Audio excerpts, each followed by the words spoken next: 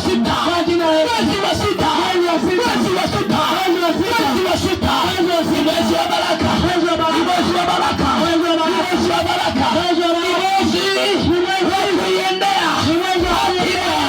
hatima yangu kwa jina la Yesu. Yeyote aliyekaa kwenye hatima yangu